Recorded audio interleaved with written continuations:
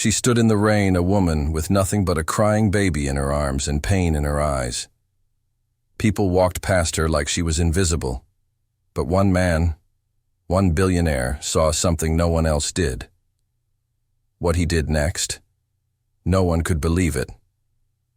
What happened after that will leave you speechless. It was one of those mornings when the sky couldn't decide if it wanted to cry or scream.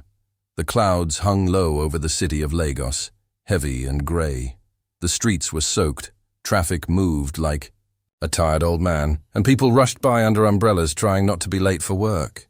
But at the edge of the road, standing just beside a rusted traffic pole, was a woman. Her name was Ada.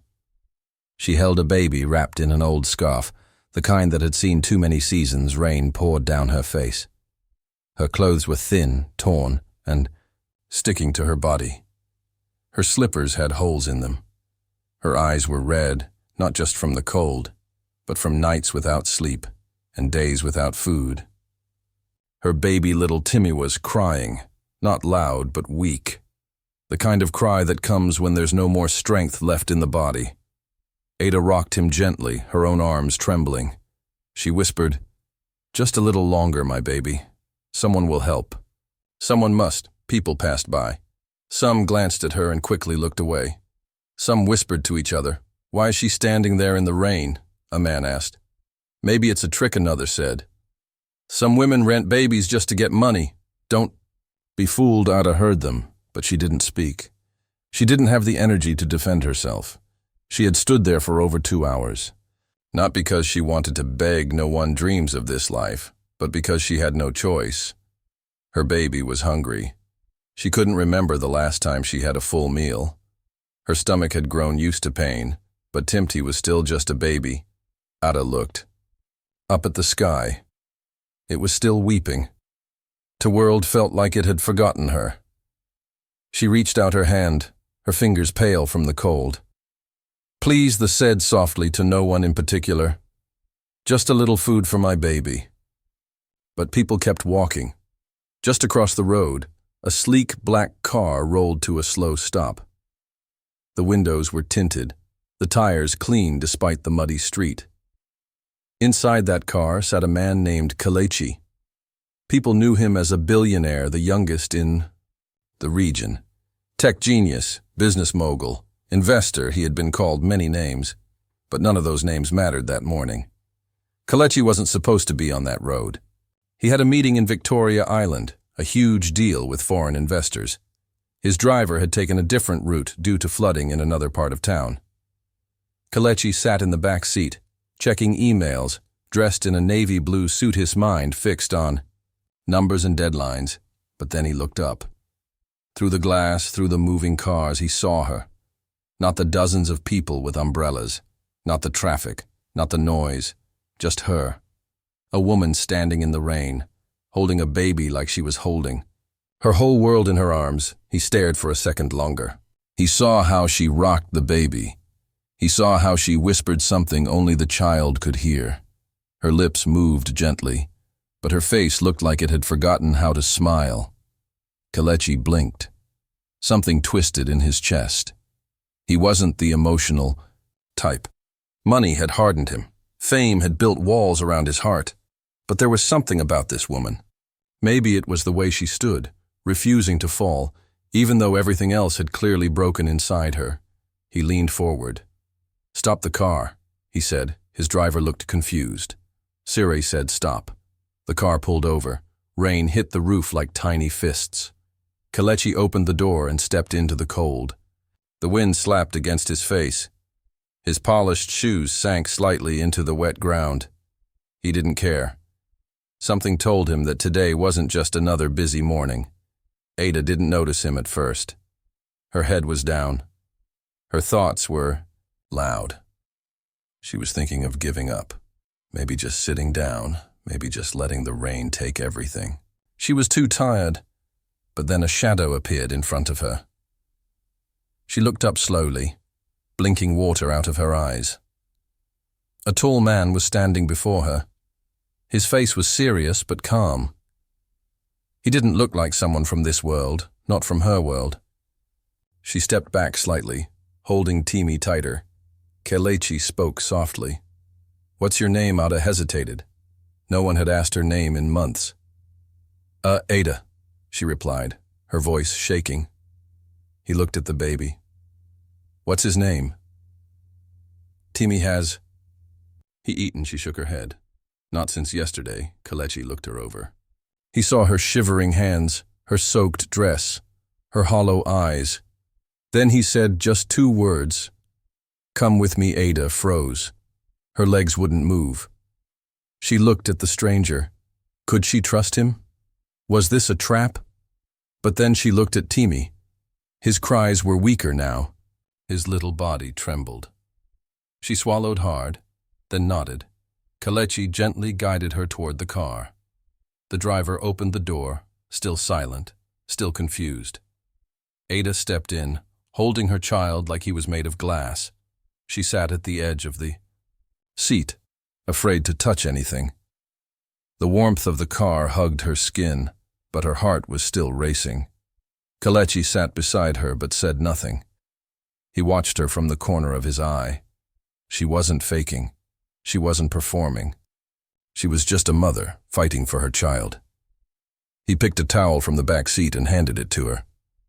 "Use this," she said. Ada took it with both hands. "Thank you, sir." Her voice cracked. She began to wipe Timmy's face gently, whispering apologies. To him, between tears. Kelechi turned to his driver. "Take us to the nearest restaurant. Somewhere quiet." The driver nodded and started the car. Ada looked at the man beside her. She didn't know who he was. She didn't know why he had stopped. But something about him felt safe, and what she didn't know, what she couldn't have guessed, was that her life was about to change forever. The car moved slowly through the crowded streets. Ada held Timmy close as she watched the city pass by through the window. Her clothes were still wet, her body still cold, but there was warmth spreading through her chest, a warmth she hadn't felt in a very long time. Hope. She didn't know this man sitting beside her, didn't know why he had stopped, but for the first time in days, her son would eat. And that was enough. Kelechi said nothing for most of the ride. He looked out the window, but his thoughts were spinning. Who was this woman? What had life done to her? Why did her face look like it carried 100 untold stories? He glanced at her again. She was drying her baby's forehead with the towel he gave her, humming softly under her breath. Not a song, just something to calm her child and maybe herself. 10 minutes later, the car pulled up in front of a small but clean restaurant. Kelechi stepped out first. He walked straight inside and spoke quietly to the manager. Ada waited outside, unsure of what to do until he returned and nodded at her gently. She followed him in, still holding her baby tightly. The restaurant wasn't crowded. A few people looked up when they entered, curious. Kelechi led her to a corner table, the farthest from the door. He sat opposite her. Ada sat carefully, as if afraid the seat might reject her. Timmy had finally stopped crying and was now resting his head against her shoulder, too tired to lift it. The waitress came over. Kelechi ordered quickly jollof, rice-fried plantains, grilled chicken, and warm milk. He asked for extra water and some bread. The waitress blinked, looked at Ada, then back at Kelechi. He nodded once. "Please hurry." The waitress left. Ada stared at the table, her fingers still shaking. She didn't speak until she looked up and met his eyes. "Sir, may I eat here?" she asked softly. Kelechi looked surprised. "Yes, of course." She bowed her head slightly. "Thank you." When the food came, the smell alone made her dizzy. She hadn't eaten a real meal in almost 3 days. She unwrapped a corner of the baby's scarf and slowly fed Timmy the warm milk first. The baby drank greedily, and Ada smiled, for the first time in what felt like forever. She held him close again, and then turned to the food. At first, she ate slowly, like someone unsure if it was real. But hunger quickly took over. Her eyes watered as she chewed. She didn't speak. She just ate, silently, gratefully. Kelechi didn't interrupt. He watched. Something inside him shifted. As he saw the way she ate, the way her shoulders relaxed slightly, the way her hands stopped trembling. He had seen hunger before on charity ads, in reports, in newspapers. But this was different. This was sitting in front of him. And it had a name. Ada, when she finished, she wiped her mouth with her sleeve and looked at him. Her voice was small. "Thank you, sir. God bless you." Kelechi leaned forward. "Tell me what happened to you. How did you end up on that street?" She hesitated. Then she looked at her baby and touched his cheek. "I wasn't always like this," she began. "I grew up in Benin. My father was a carpenter. My mother sold vegetables. We didn't have much, but we had love. Then, they died in a car accident when I was 12. I went to live with an aunt in Lagos. She was harsh. She made me leave school. Said I had to earn my keep. I started working in people's houses. Cleaning, washing clothes, running errands. She looked down. Her fingers traced a line on the table. Then I met Charles. He was a taxi driver. Kind, gentle. He told me he loved me. We made plans to marry. When I found out I was pregnant, I was scared. But he smiled. He said he would go back to his hometown in Ghana, tell his parents, and come back for me. She paused. That was the last time I saw him. Kelechi frowned. He never came back. Ada shook her head. His number stopped working. I asked his friends. They didn't know anything, or maybe they did. I begged. I waited. But after 2 months, I knew. He wasn't coming back. I lost my job.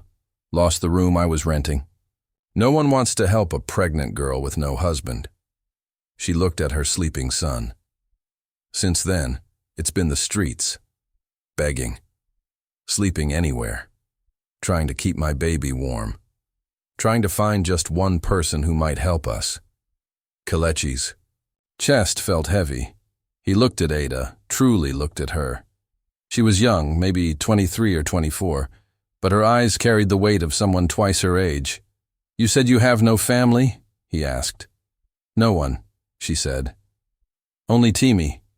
He nodded slowly. Then he reached into his pocket and pulled out a thick bundle of Naira notes. He placed it gently on the table in front of her. "Take this," he said. Ada's eyes widened. "Sir, this is too much. You need it," Kelechi said. "For you and your baby." She touched the money with trembling fingers, then pulled her hand back. "I don't know how to thank you." "Just take care of your son," he replied. She nodded, holding back tears. "I will. I swear I will." Kelechi looked at his wristwatch. His eyes widened. He had forgotten the time. The meeting, the one with foreign investors, had started over an hour ago. He was late. Very late. He stood quickly. "I have to go," he said. He reached into his wallet and brought out a business card. "This has my name and number. Call me after 3 hours. I'll come get you. I'll take you somewhere safe." Ada took the card like it was made of gold. "Thank you, sir. I will call. I promise." Kelechi smiled faintly, then turned and walked out of the restaurant. His heart was still full, but his mind was racing. Ada sat there for a while, soaking in everything that had just happened. Then she carefully folded the business card and slipped it into a small, stitched pocket inside Timmy's clothes. It was the only safe place she had. She made sure it was secure, then stood up. She walked out of the restaurant and back toward the roadside, thinking of how she would wait 3 hours, then ask someone to help her make the call. But what she didn't know was that the card had slipped out. It had fallen to the wet ground just outside the restaurant door. She didn't see it. No one did. She walked away, holding her child close, thinking hope had finally found her, but fate had other plans. Kelechi's car sped through the city as raindrops slammed against the windshield, harder than before, almost like the sky was angry. His assistant had called 3 times already. The investors were still waiting, but their patience was cracking. He knew he was blowing a deal worth millions. But something about Ada wouldn't leave his mind. Her face, her voice, her child. It all clung to him like the rain clinging to his suit. When he arrived at his office, the boardroom was silent and cold. The investors had just left disappointed, offended. His assistant looked at him with a mix of confusion and quiet panic. "What happened, sir?" They waited over an hour. Kelechi didn't answer. He stared at the empty chairs and untouched documents. All that money, all that power, and yet, right now, it felt small, meaningless. He loosened his tie and sat down alone, thinking he had helped the woman. Yes. Fed her, gave her money, gave her a chance, but did he do enough? He closed his eyes, then he remembered the card. His eyes flew open. He grabbed his phone. No call, no missed messages, nothing. She said she would call after 3 hours. It had been nearly 4. He checked again. Still nothing. Something felt wrong. Kelechi stood up, grabbed his coat, and rushed outside. His driver, startled, jumped to attention. "Back to the restaurant," Kelechi said sharply. Now, the rain had soaked the ground, turning the city into a blur of headlights and puddles. When they arrived at the restaurant, he rushed out before the car fully stopped. The manager stepped out to meet him, eyebrows raised. "She left almost an hour ago, sir," he said. "Said she'd find a phone to call you." "Did she drop anything?" Kelechi asked. "A car." The manager shook his head, then hesitated. "Actually, one of our cleaners found this outside the entrance." He reached into his apron and pulled out Kelechi's business card, damp, smudged. The corners curled. Kelechi's heart sank. She never called. Because she never had the card, she didn't even know how to find him now. He stared at the card like it was a ghost. Somewhere out there, Ada was walking with her baby, thinking he had left her. Thinking maybe it was all just another moment of fake hope, like so many others before it. And she had no idea he was looking for her. The billionaire gritted his teeth. "Start the car. We're finding her." Meanwhile, Ada had wandered back to the place where he first found her, the roadside market. But the crowd had changed. The faces were different. The air was colder. And worse, someone had taken the cash he gave her. It happened too quickly. A man brushed past her, too close. She didn't notice, until her hand slipped into her bag and felt nothing. The bundle of Naira notes gone. She screamed. No one listened. She cried out again, louder this time, but the market swallowed her voice. Someone even shouted back at her to stop pretending. A woman with a baby, alone in the rain, begging it was just another everyday sight to them. Her knees buckled. She collapsed into the muddy sidewalk, clutching Timi. He whimpered softly. His little body was burning now, fever. She could feel it. His forehead was too hot and his breath was too weak. No, not now, she whispered, rocking him. "Please, not you too." Her tears fell freely now. The world spun around her. She tried to remember the number on the card, but it was too long, too strange, and her mind was too tired. She looked up at the sky, the clouds swallowing the last of the evening light. Then a voice. "You again?" Ada blinked. It was the young woman from earlier, the fruit vendor who had given her a scowl that morning. "What happened to your money?" the woman asked, her tone less harsh now. "Gone," Ada said, barely audible. "They took it." The woman frowned, looked around, then sighed deeply. "Come inside." "Just for a bit." "I don't have much, but your baby looks bad." Ada hesitated. She didn't trust people easily anymore. But Timi was so warm, so still. Inside the small shed behind the fruit stall, the woman lit a tiny kerosene stove and boiled some water. She gave Ada a dry cloth and a ragged blanket. She didn't ask more questions as Ada wiped Timi's forehead and tried to whisper lullabies through her cracked lips. The woman stared at her. "You had help, didn't you?" she asked. "I saw that man. Fancy car. Who was Hend? He said I should call him." But I lost the card. The woman stared harder, then said, "If he really wanted to find you, he will. Maybe he's looking now back across the city. That's exactly what Kelechi was doing.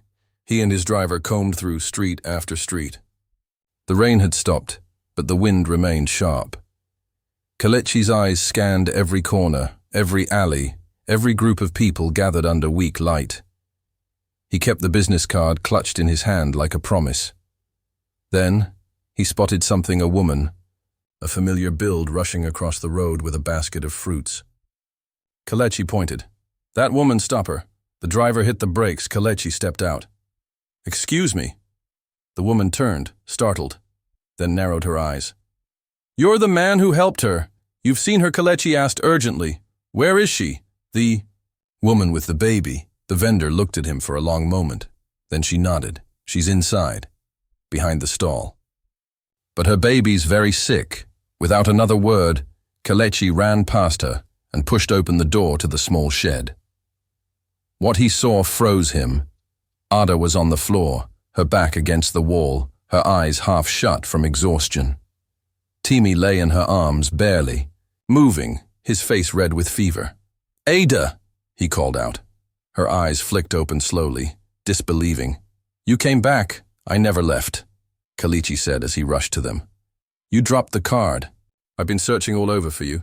She tried to speak, but her throat was dry. "Don't talk," he said firmly, pulling out his phone. "We're going to the hospital. Right now." He turned to the vendor. "Thank you.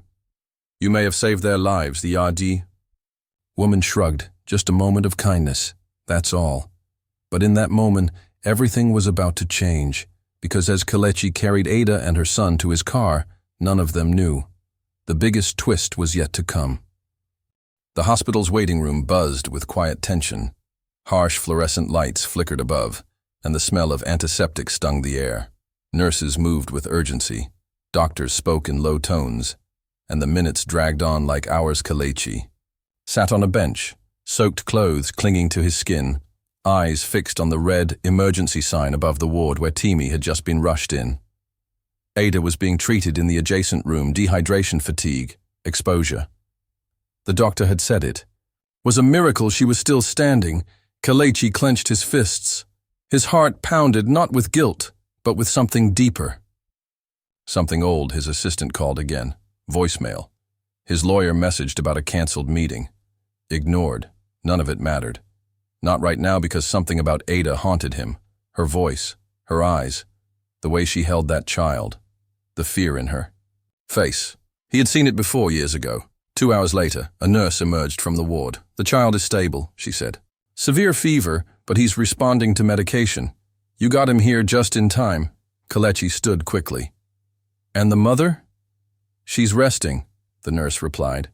"She asked for you." He followed her through the sterile hallway to a small private room. The door opened, and there she was, lying on a narrow bed wrapped in fresh linens, her skin pale but calm. She turned her head slowly. "You saved him," she whispered. Kelechi sat beside her. "No, you did. You carried him all this way. I just did what I should have done sooner," she smiled faintly. "You didn't have to come back. Most people wouldn't." There was a long pause. Then Kelechi leaned forward. "I need to ask you something, and I need you to answer honestly." Ada looked into his eyes, confused but curious. "Did you ever study at St. Agnes Orphanage?" Her breath caught. How do you know that place?" Kelechi leaned back, stunned. He ran a hand through his damp hair. "Because I did too." Silence. The room went cold, even with the heater humming in the corner. "Was there for 3 years," he continued, "from age 9 to 12. Before I got adopted by a wealthy couple who moved abroad. I never forgot the place, never forgot the people." Ada blinked, as if trying to remember something buried deep. "There was a boy," she said slowly. "Always alone, quiet. Used to sit by the window during storms." Kelechi nodded.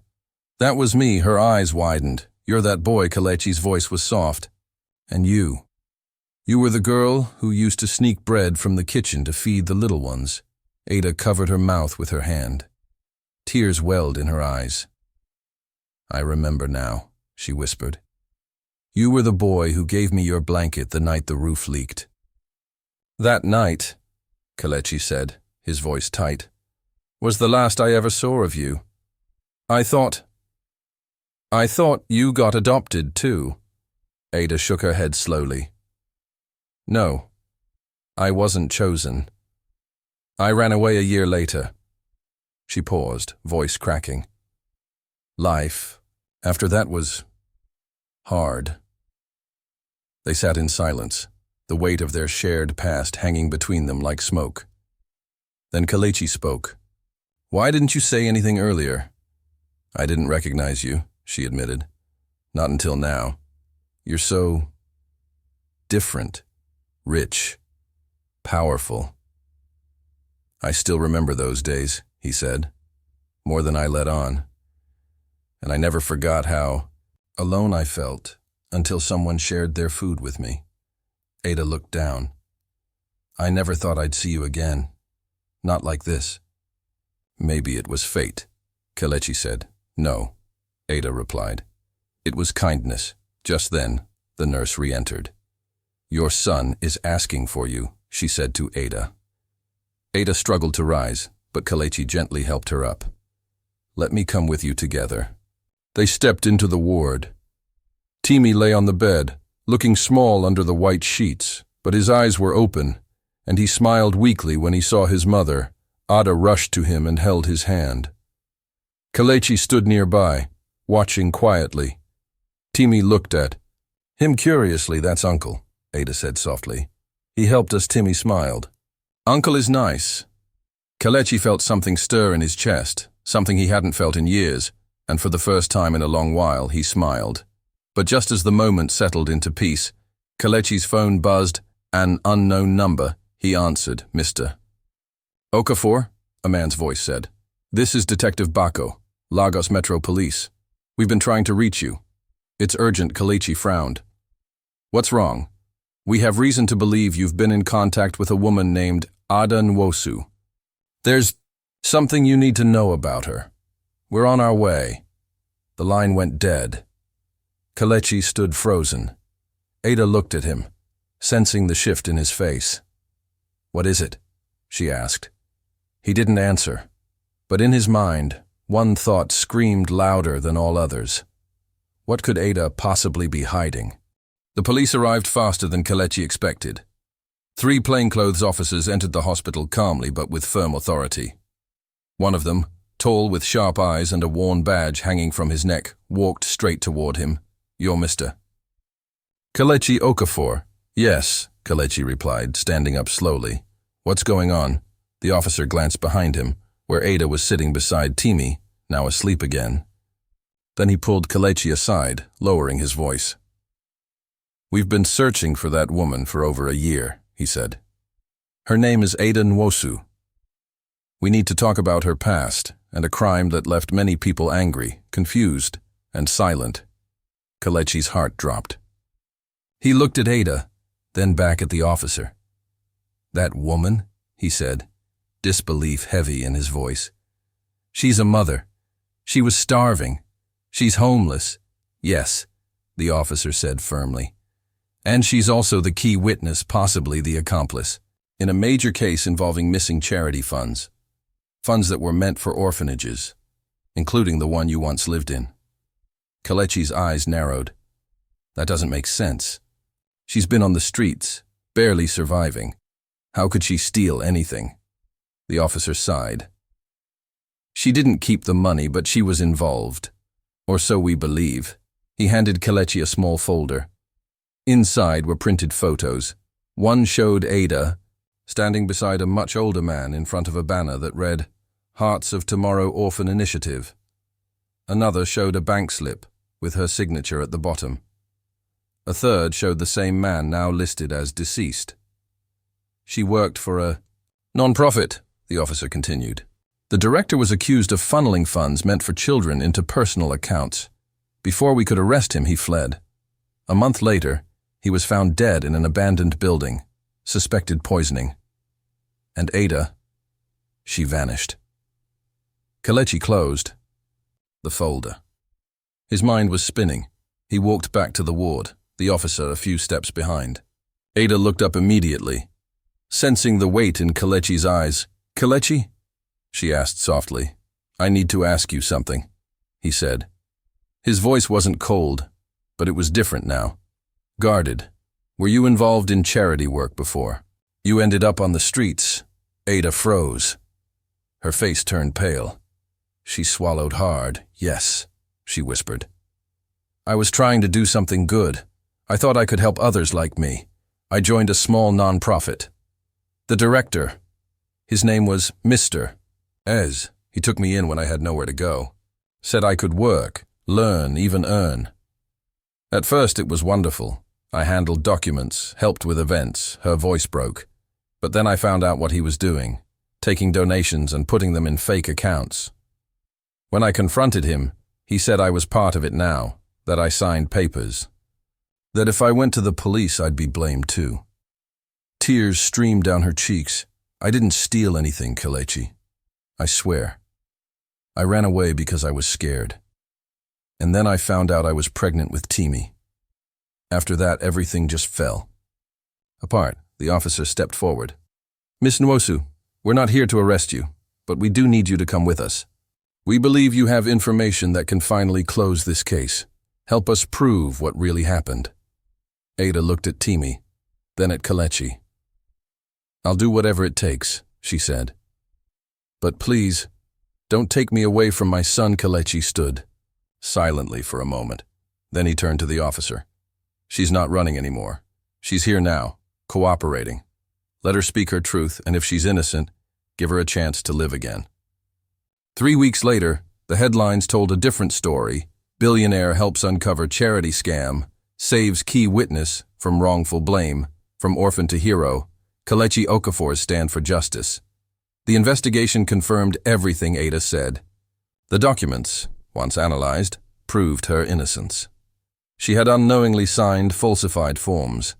Her testimony helped the police track down others involved in the fraud. Ada was cleared of all charges.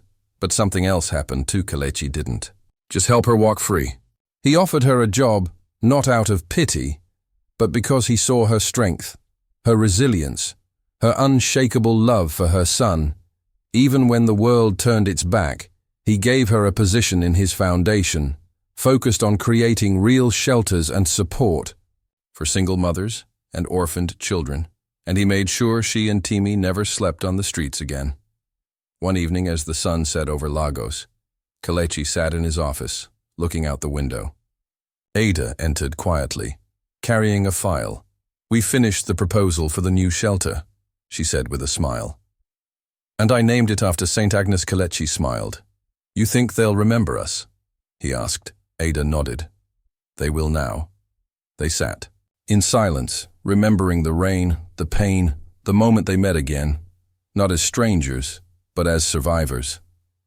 And this time, the ending wasn't tragedy. It was a new beginning.